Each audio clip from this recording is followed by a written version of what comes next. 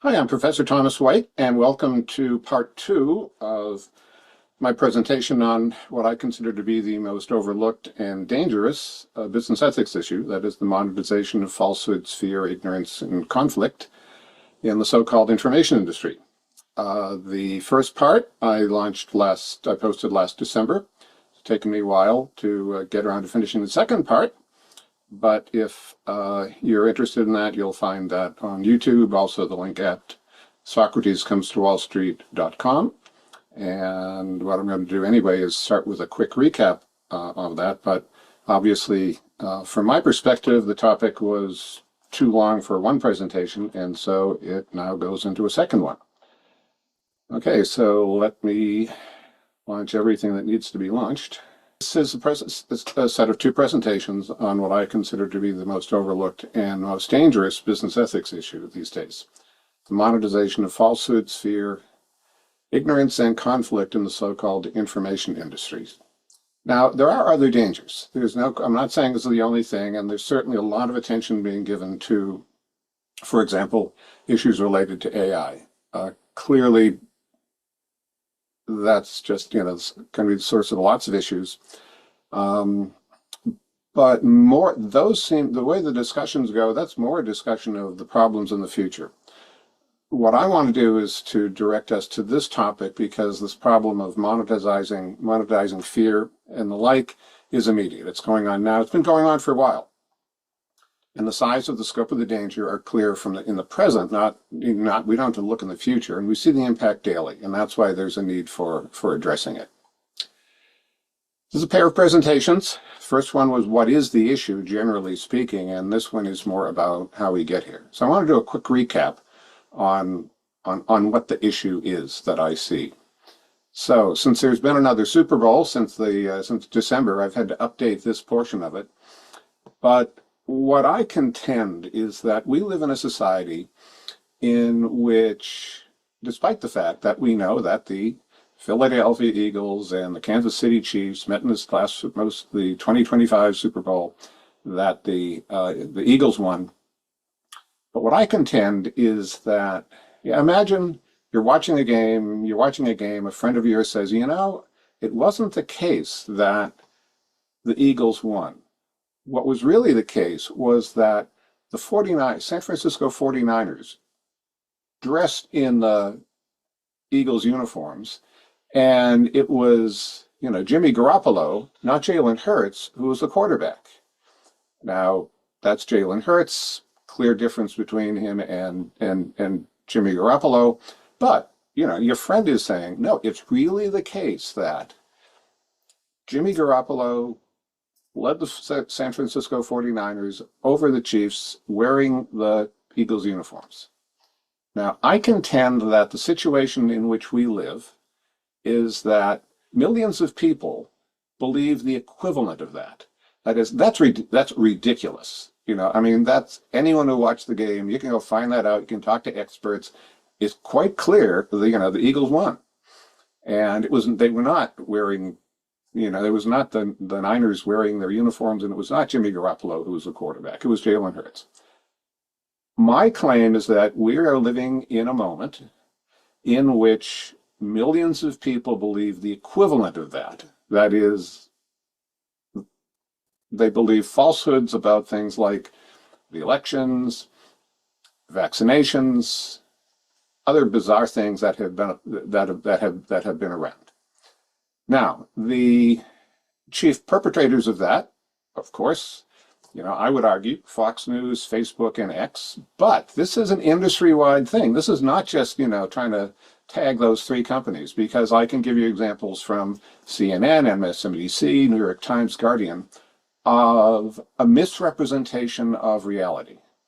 And the reason that this works, and this is the reason we're in this situation, is because the human brain the brain is a terrific thing, but it's got a significant vulnerability. The limbic system. Particularly, we can talk about the amygdala, because that's the part of the brain responsible for emotional processing, especially fear and anxiety. If you know anything about this, you understand the concept of the amygdala hijack.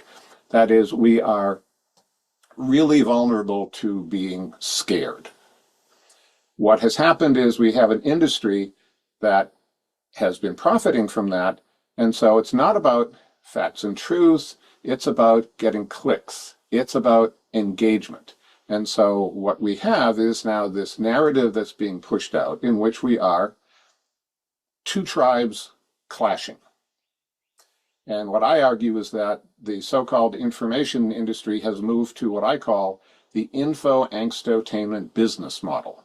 And so we take everything from anti-Semitism to raw hatred to racism to just all kinds of conflict, and it's talked about in a way in which it registers to us as a threat, that we are living in a world of threats. And what do? We click to find out more about that, and it's profitable. I mean, it is, people have made boatloads of money off of this. And it's basically from scaring people and getting them to buy this narrative. And we have a situation then in which millions of us make important decisions based on falsehoods that we've been exposed to by an industry. And these are decisions that have the likelihood of harming innocent people. Moreover, this is a business model that no ethical business owner, no executive, no employee would ever freely choose. I mean, we've fallen into this, but I have no doubt, that if you said to, an average, CEO, what do you say about a business that we profit from lies and manipulation? No decent person's gonna go for that. But that's the situation we're in. And so here's the question. Why is it harder to get people to doubt the winner of the Super Bowl than, for example, the outcome of the 2020 election, life-threatening risks of COVID, and the multiple long-term planetary threats of global climate change? Now, that's what I was arguing in the first presentation. You can go back, you can look for more details on that, but what I said was, the way I concluded was, that's not the ultimate problem. That's the symptom. That's the situation we're in. The question now becomes, how did we get there? What makes our situation possible? Okay, so we're now into presentation 2.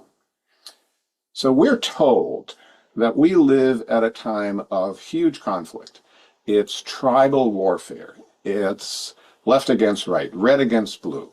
It is, white against brown, white against black, white against everybody else. And that's the world in which we live.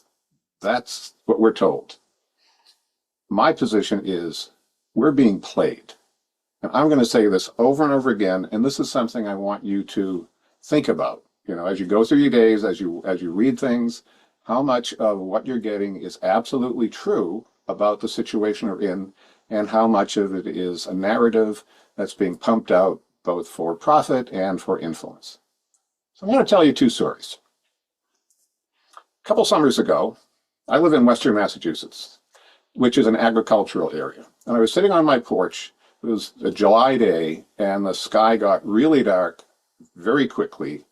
And I hear the roar of thunders, and almost at the same time as a huge thunderclap, I see a really bright lightning strike. And if you know anything about the way this works, if you see lightning and thunder at the same moment, it's really close. And so I see this lightning strike. I'm lucky that it's not us, because it was very close. And within a few minutes, I hear sirens, and I smell smoke. And I subsequently realized that about a half a mile from our house, which is, kind of then as the crow flies, so very close, a lightning bolt hit the house of one of the local farms. And the house went up very quickly in flames. They were able to get the gentleman in it out, older gentleman. They were able to get him out. But the fire spread very quickly, went through most of the buildings of the farm, and very quickly, these people were out of business. Now, within 24 hours, somebody in the area put up a GoFundMe page for the farmers, realizing they were now out of business for a while. Fortunately, their livestock didn't get hurt, but they were they were clearly in financial trouble. Somebody put up a GoFundMe page and asked for a certain amount. And within 24 hours, in order to help the farmers out, and within 24 hours, double the amount that the original person had asked for had been donated. Also, everyone in the area farming community banded together. They took the livestock. They helped these people out. So look, basically, we're seeing competing businesses cooperating to help one another. As the summer went on, finally, this family, not all their crops were destroyed, so they were able to start selling vegetables. And what people would normally do is just pay for that and then add a little extra. Okay, why people were doing this was because, look, they're our neighbors. Nobody in all of this, nobody ever asked, who did they vote for? Where do they stand on this, that, or the other thing? It was really pretty clear. These people were being wiped out. They were going to have a hard time. I'm happy to say they've been able to bounce back. But there was a sense that, yeah, these people got hurt. We need to help them. That was just a given. Now I want to tell you another story. So this happened about a month or two after the story I just told you about the farm being struck by lightning. This is a video, so I need to do this a little differently.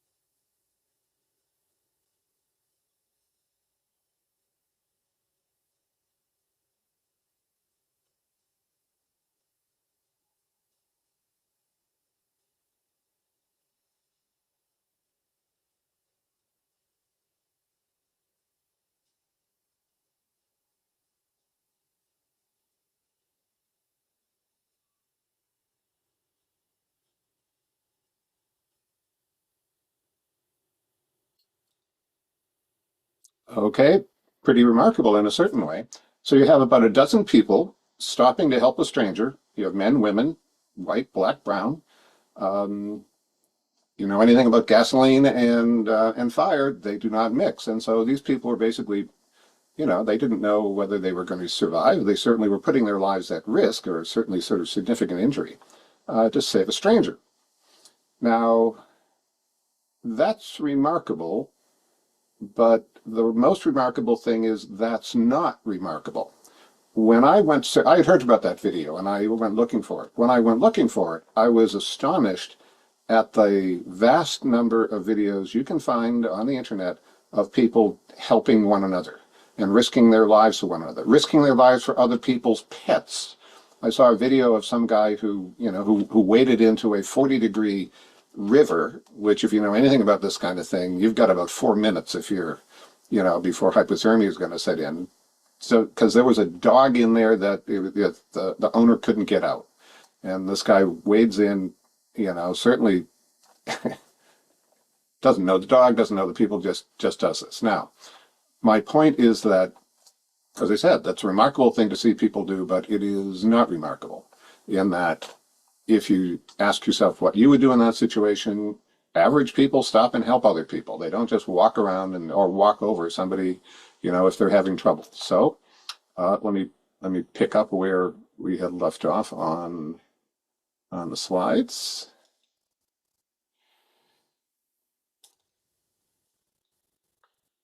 Slideshow.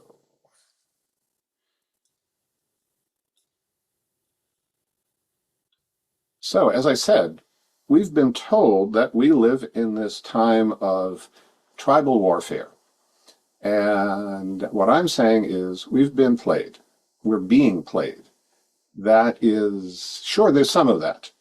But generally speaking, human beings help one another. That's one of the reasons we've been able to survive as long as we have as a species. We help one another when we're in trouble. And I'm going to say that but this narrative about warring tribes is profitable. Is also from an ethical standpoint, it is highly questionable.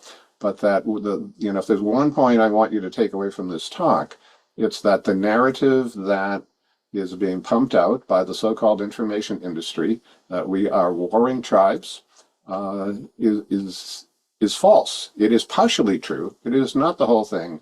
But if that's the world in which you now, if that's the lens through which you see the world, you're being played. Now, this is done by what I call Potemkin terrorism. Now, you've probably all know the story about the Potemkin village. It's really just sort of storefronts or imaginary buildings. But Potemkin terrorism, terrorism is when you terrorize, when you target innocent people to advance your cause, non-combatants, innocent people, children, hospitals, that kind of thing. Um, so, but Potemkin terrorism is when you use one group of innocent people against another group of innocent people. So, Potemkin terrorism is about imaginary enemies, not imaginary buildings, but imaginary enemies. And what has been done is you take a group of ordinary folk and you now convert them into enemies. They're demons, they're monsters, they're threats in one way or another. And so this is the narrative in which we live. Warring tribes are not just warring tribes, it's between evil forces. No side is, your side is good, the other side is evil. And they're monsters and they're threats to you and they're unnatural and who knows what, but they are, evil incarnate. The way we can get away with that is because we don't know those people. And so if you don't know someone, it's easy to be played to make you be afraid of that group. And to take a moment, we all have groups that we sort of have a list. Oh yeah, those are those people, you know. So think of who those people are in your mind and ask yourself, how well do you really know any of those people? If you're a liberal, how well do you know a real conservative? If you're a conservative, have you ever really sat down and talked to somebody, who's progressive? If you're, if you have a thing about, transgender folk, have you ever really sat down and talked to people like that? The way that Potemkin terrorism works is that it plays on, and again, this is one of the things that got us to survive to a certain extent as a species, but also as a real liability and kind of innate a fear of people who are different from us. And so this is how you get Potemkin terrorism to work. You work the side of things where we say, oh, people who aren't like us aren't different, they're a threat. And so in reality, we have ordinary folk, ordinary people. And when we hear about them, when we're told about them, no, they aren't ordinary people. They're a threat. And what this is, it's really a construct or a filter or a lens through which we're told to view the world, and it's for someone else's benefit. And we're being played for someone else's benefit, whether it's profit or influence, but it is not, my contention is, this is not real. Some of it is real, sure. We have opposing forces. We are not all on the same page about things, but my contention is that as a species and as a community, we do not have a default position of seeing one another as threats, and we are not in as much danger as we're being told that we are. In other words, as I keep saying, we're being played. How is that possible? Well, it's possible because of our ignorance. It isn't just a matter of that we do not know other people. That's part of it. But we also just, when you think of the things, for example, some of the issues around which we're supposed to be polarized and which we are going up against to one another, it isn't just a matter of we don't know those people, it's that we don't know enough about what the issues are. And so we can be manipulated because we just don't know enough about the issues that supposedly are the ones that put us at odds with one another. So to go back to the to football. If I tried to sell you on the idea, as I said, the idea that it wasn't the Eagles that won, it was the 49ers in the Eagles uniforms, and that it was Jimmy Garoppolo, not Jalen Hurts. If I tried to sell you that, if I tried to pitch that as a sports story, people would think I was crazy because we know it's not true. The facts bear that out. However, there are tons of things that are very important that are the equivalent of believing that somebody else won the Super Bowl. So let's talk a bit about ignorance in America. How bad is it? Okay, I think the first and probably one of the most important indicators of this is called the Program for the International Assessment of Adult Competencies, the PIAAC.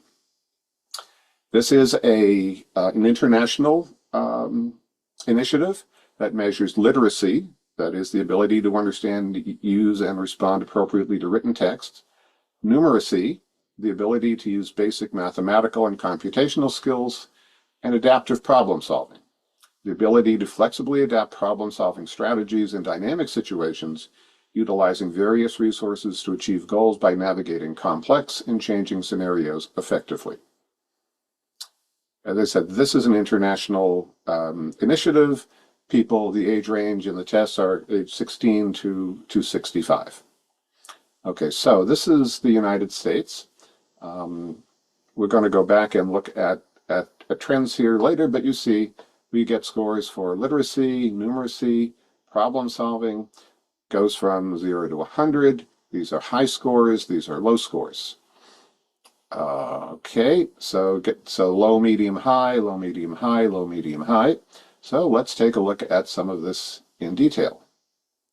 Okay, so for literacy, we have below level 1, level 2, level 3, level 4, level 5. You see how that breaks down. We've got a sort of slope here in the middle. So, this is like low, these are moderate, and these are high. Okay, so this is a level 3 problem, which is sort of moderate in difficulty. So there's this memo about rules, in this preschool. By the way, I'd encourage you, there's a sample test you can do on this online, but just take a quick look here. This is just rules about how to handle your child, bring them to school, and all of that. It's a memo that gets sent out. Okay, the question is, which rule is temporarily ignored for sharing day? So this is the normal rule. This is talking about what sharing day is going to be. And so the question is, which of these rules gets suspended? The rule that you cannot bring a small blanket or pillow for nap time, please leave toys at home. On sharing day, you're supposed to bring something. Okay, this is not rocket science. Now, this is a moderate level problem in the PIAAC. And what do we see? So that's a level 3 problem. So we see that, if it's below level 1, level 2, these are people who cannot do that problem. And that's about 56% of the population, or 120 million Americans, who could not do that kind of a problem. Okay, let's move to numeracy. Again, we get below level 1, 2, 3, 4, 5. Get the deal, see the deal. Now here's an example of a level 3, again, moderate numeracy question. So, it's 2 pairs of running shoes. It's a sale. Buy 1 pair, get the second one of equal or lesser value for half price. We run into this all the time, in retail. So the question is, how much would you pay during the sale if you purchase the 2 pairs of shoes? So it's buy 1, get the second pair of equal or lesser value. This is the more expensive, this is the less expensive, and so it's this one plus half of this one, or $48.95. Again, not rocket science, pretty straightforward, something we run into all the time shopping. How do we do? Okay, that's a level 3 problem. Below level 1, level 2, 62% of the population cannot do problems like that. That's 134 million Americans. We're like 330 million people now. So almost 2/3 can't do that kind of problem. Let's move it up a bit. This is now a level 4 problem. So Cooper test, both for men and for women, is a basic fitness test. And so what happens is I think it's you run for 12 minutes and see how far you can get. So here's the basic data that we work with. Age range, what counts as good, very good, average, poor performance. So using this chart, this one here, calculate the percent increase needed in a distance run by a 27-year-old female who currently runs 1,800 meters in 12 minutes in order for her fitness level to be in the good category. Okay, so she's in the average category. So she's a 27-year-old woman. This is the woman's chart. She's here. She can do this. The question is, how much of improvement does she need to make to get into the good category? So we do a little math. 2,200 minus 18, she's got to do another 400 meters in that amount of time over what she can already do. She's got to improve by 22%. Okay, not addition, but, again, not nuclear physics. Excuse me. So this is like grade 7, 8 math, grade 7, grade 8 math. 88% of Americans cannot do that kind of a problem. So, that's a level 4 problem. We aren't even looking at level 5. But we're looking here, this is that kind of a problem.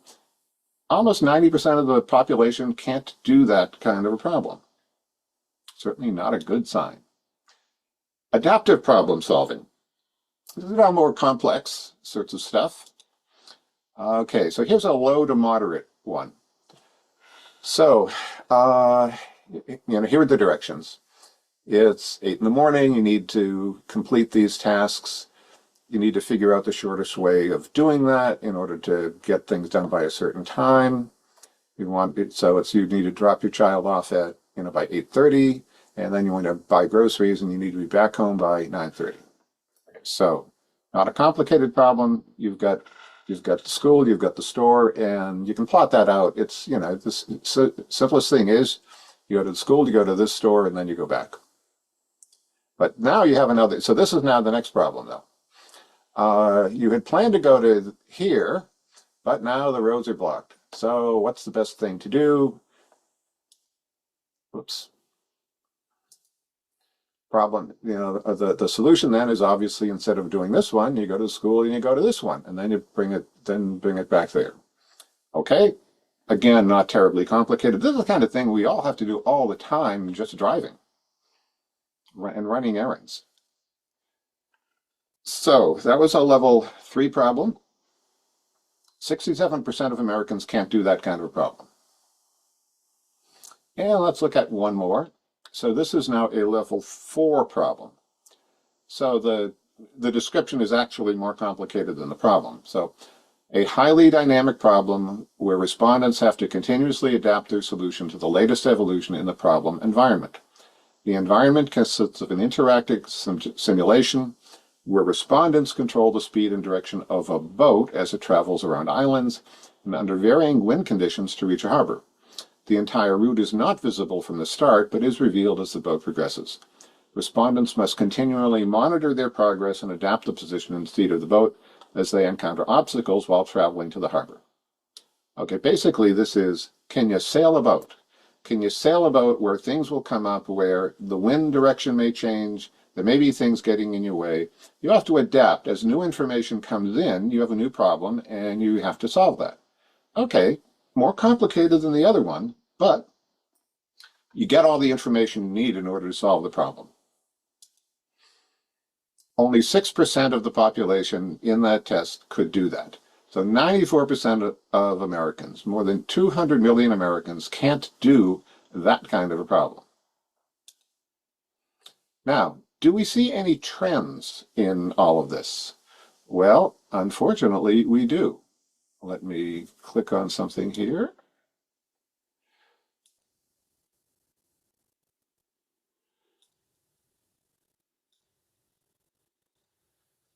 Okay, so notice here, no, I didn't want yellow, I wanted black.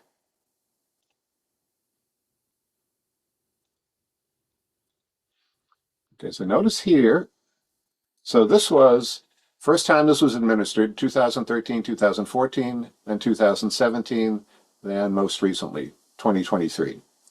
So this is low, this is medium. We've moved up the number of people low and medium. In other words, in terms of literacy, we've gotten worse. Numeracy, same kind of thing. Most worrisome is that in each case, the lowest, I mean really low stuff, that group is getting bigger. And that is especially troubling. It means we are getting less proficient in terms of ability to read and the ability to work numbers over time as a nation. So, since I'm a teacher, I think in terms of grades, what grade would I give us for literacy? D. For numeracy, a little worse than that. And for adaptive problem solving, look, if less than 10% of the population can do those problems, I think it's an F. Okay, let's move to another category. What Americans do and do not know about science. Obviously, this is one of those sources where people think, oh yes, we're in a pitched battle about this.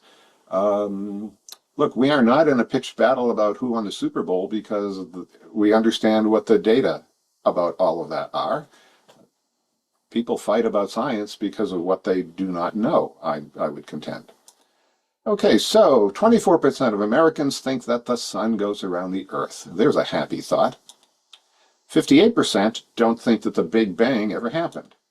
And more than 50% think that humans did not evolve. Now, in each of this case, by the way, there is abundant scientific evidence that has been examined by people who are paid to do this kind of thing, who have gone to school for a number of years, and this is what we have as a population. What about diseases? Okay, 76%, this is good news, 76% know that an incubation period is the time during which someone has an infection but is not showing symptoms.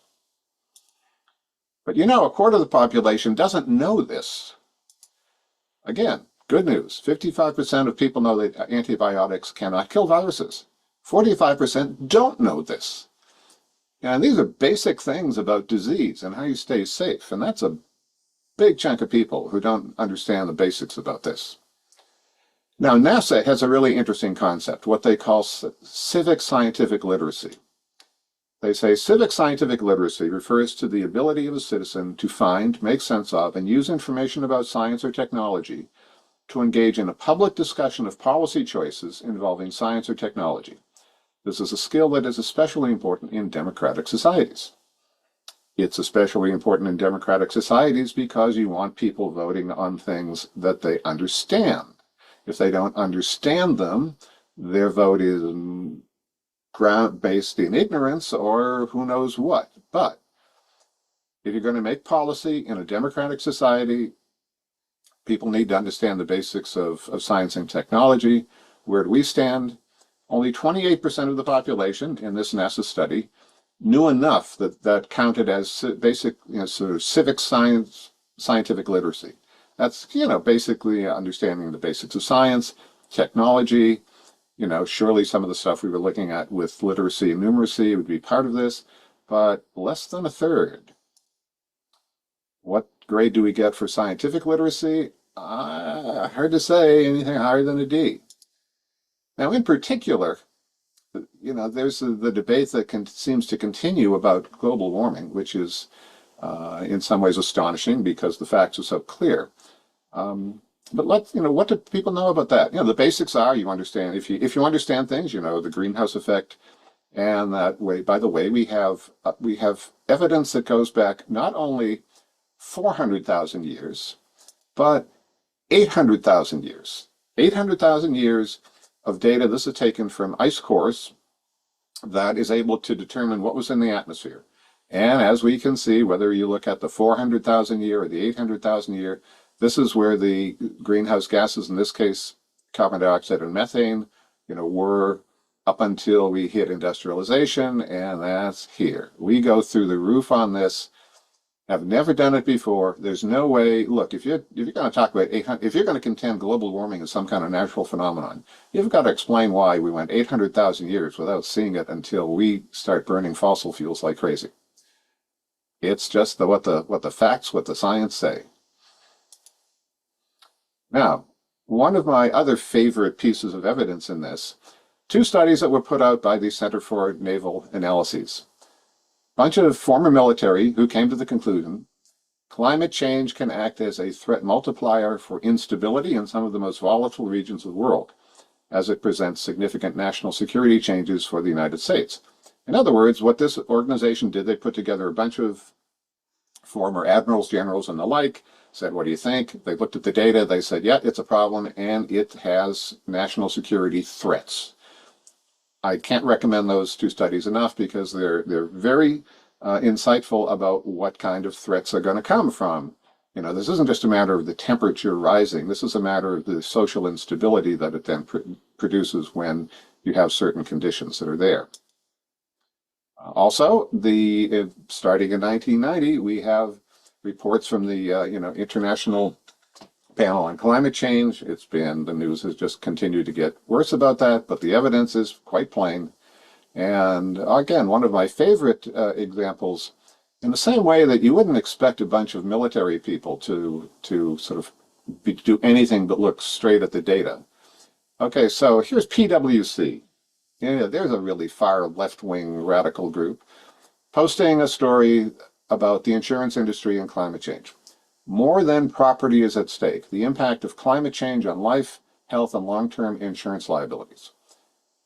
So, if you have been tracking this kind of thing, paying attention in business, you know that as we get more natural disasters, worse fires, worse droughts, and all, the insurance industry is responding by either, in some cases, dropping areas from coverage or certainly hiking up the rates.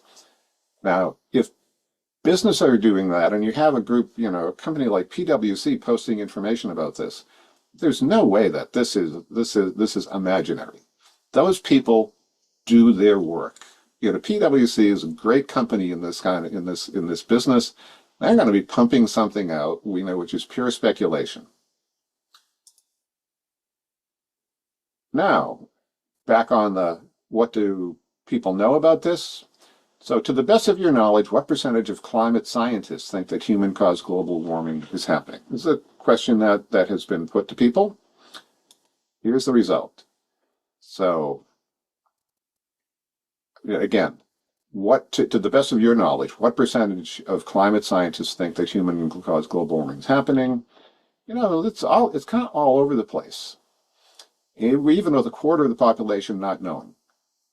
So the answer, though, is 97%. That's here. Like only 20% of the people know that virtually every climate scientist, that is people who study this sort of thing, have been to school for years, are paid to do this kind of thing, they have no vested interest in the monetary side of things, and virtually all of them have concluded that climate change is real and human caused. Now, if you have spent any time around researchers in universities, it is virtually impossible to get 97% of those folk to agree on anything. There's always like 10% who just come in and say, whatever it is, I'm going to be cynical and question it. 97% is truly remarkable. But we don't know it. Most people don't know that.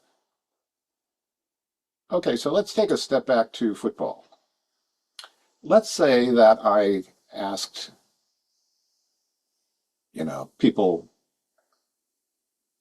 how many sports writers, how many sports experts, how many people who know anything about football think that Tom Brady was a great quarterback? Not the matter of was he the greatest of all time, but was he a great quarterback? I think it's fair to say that everybody would know that virtually 100%, would say, yeah, Tom Brady was a great quarterback. We see the evidence. But why is it then, by contrast, only 50% of the population is sure that global warming is happening, it's human caused, or that have felt the effects of global warming?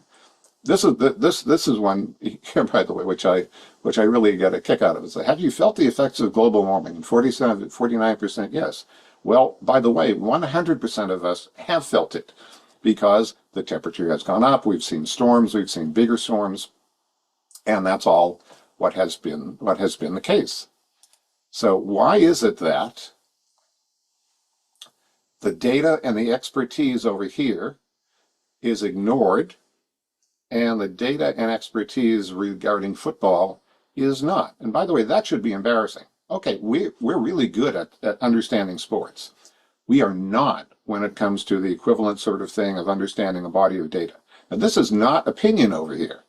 This is data. This is experimentation. This is research. This is hardcore empirical data. And yet, when we go to asking, okay, so how do we do as a society? What's our grade for knowing about the threat of global warming? It's really no better than a D. Okay, let's move to another category. What do Americans know about the Constitution? Only 37% can name one right protected by the First Amendment.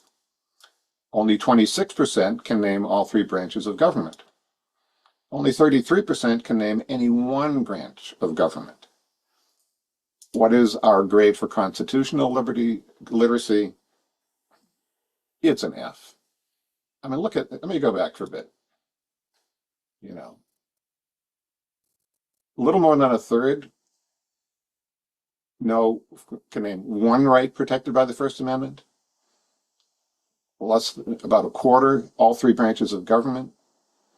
A third, only one branch of government. Only a third of the population can pass the citizenship, by the way. Yeah, we're an F. And on balance, excuse me, on balance, we just don't do well as a nation. Scientific literacy, constitutional literacy, numeracy, adaptive problem solving. We just, we lack. We're trying to find a polite way of putting it. But okay, so how bad is it? Millions of Americans don't see things for how they really are. They don't perceive threats appropriately. They're vulnerable to misinformation and manipulation. And this level of ignorance is dangerous. And when I say it's dangerous, I mean, if you don't recognize a threat, you won't take action against it. And only knowledge protects you from being lied to and manipulated. And so we are indeed America the vulnerable. We are also, of course, America the stupid, but we're America the vulnerable. And we are our own enemies in all of this. And to the extent that this is driven by a narrative, it's a narrative about warring tribes. Okay, some final thoughts. As I said, I see this as a business ethics problem. Who drives the narrative?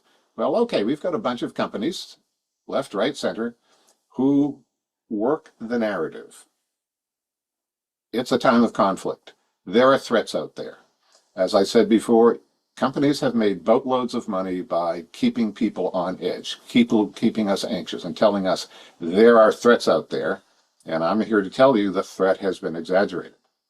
Now, I want to look at this chart a little more carefully, this business about U.S. party affiliation, because that's also part of it. It isn't just the businesses that are driving it. They report the narrative, which is fueled by the two political parties. So, take a look here. This is party affiliation. About 27% of the population think of themselves as Republicans, and the same about Democrats. 43% of us think of ourselves as independents. Now, if we were to draw a line on this and say, okay, so here's one party, here's the other party, here's like the middle 40%. Now, any left, right continuum, it's a continuum. It's not that all Republicans and all Democrats think the same way about things. Some are very pragmatic, some are ideological. So let's say, okay, so this is the 1/3 of let's say that's the Republicans. What percentage of that is going to like or even believe ideologically this narrative about warring tribes? It's about 1/3 of that. I'd say the same thing, in the left. About a third, of that group, we might say, yeah, they're ideological, they're hardcore. What do we see though? So this is like 10% of 30%. So this is like 10% of the population. This is like 10% of the population. So we're talking about 20% of the population.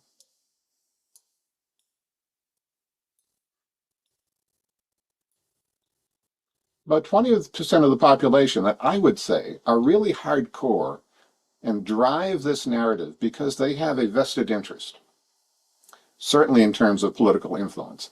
The more that either side can scare everyone else, the better. But when I say this is not the reality, I'm saying most people live here. Most people live in this zone where, look, don't tell me who my enemies are, fix the problem. And so what we get, though, is that this group is ignored because the model has evolved so that that's less profitable. In other words, going back to my favorite line, we are not warring tribes, we are being played. And other couple final thoughts. Think about how many decisions have been made by millions of Americans because they were ignorant of the facts. Facts about what actually advanced their interests. Now, as I said, this is a business ethics issue as I see it. That the monetization of fear, conflict, of ignorance has been made possible by our ignorance. And that consumers of information are being manipulated for profit, and that companies are either knowingly enabling this or lying. Social media enables this. News reports that are false, those are barefaced lies. But this is a business model that is hugely profitable, and it's doing so because it is refusing to, sort of take a position on truth versus falsehood. Now, I would argue that for a business either to promote falsehoods in this context or even enable it under the guise of free expression isn't just unethical, it's homicidal. People die. People have died because of the lies. People get hurt. They have gotten hurt. They will continue to get hurt. For a business to promote falsehoods like this or to enable them is homicidal. And you can't say, oh, it's just free expression. This is the proverbial yelling fire in a crowded theater. You know somebody's going to get hurt. You just can't hide, and yet that's what's going on. Now, for a community or a species to tolerate this, it's suicidal. For a so-called intelligent species to think that it's okay to make money off of something that is going to harm members of the community it's literally suicidal. For the species to do this, it's just, killing ourselves. And the final thought I would leave you with is simply the idea that ignorance is deadly. Ignorance is as deadly as viruses. Ignorance is as deadly as gunshots. Ignorance is deadly. And so the whole point of these presentations is to ask you to think about this way of looking at things. As I said, I see this as a business ethics issue. This is not, I'm not an ideologue, I'm a pragmatist. But when I look at the so-called information industry and the way that that's evolved over the last 20 years, say, there is little question that the concern for what is true is secondary to what will scare people. And it is more profitable to scare people and to play on their ignorance and then to sort of work in a domain of facts and evidence. Now, the bigger problem, as I said, is we've got two things. We have bought the idea that the people who live with us are not our neighbors, but they are our enemies. Anyone who's a little different from us is an enemy because they're a threat. And we have accepted that because we don't take the time to get to know people who are different from us. And if we did, we'd realize they're just different from us. They're not threats. And the other thing is that sadly, and this has been a massive failure in the American educational system, there are just too many areas in which, as a nation, we just don't know enough. That we don't know enough about science, we don't know enough about math, we don't know enough about reading and problem solving. We don't know enough about how our own government is structured. And yet millions of people, millions of Americans are making decisions every day based on what they are told is the case, not what is actually the case.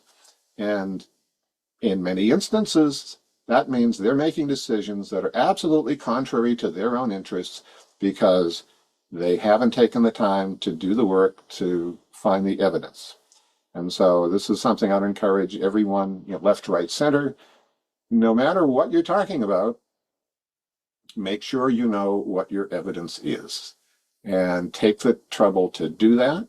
For example, if you're, kind of a rabid champion that, uh, global warming is real and human caused, if you didn't know about the ice core samples, like the ones that go over 800,000 years of evidence, you haven't done your homework.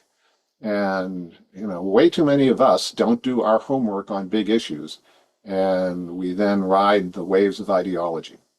And, we are at a time where ideology is a real threat. Ideology is when people just believe things without evidence, and your only protection against that kind of manipulation, because this becomes a matter of freedom.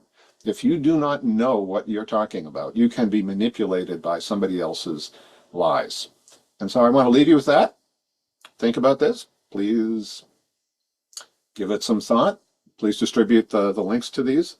And thank you very much for hearing me out on all this.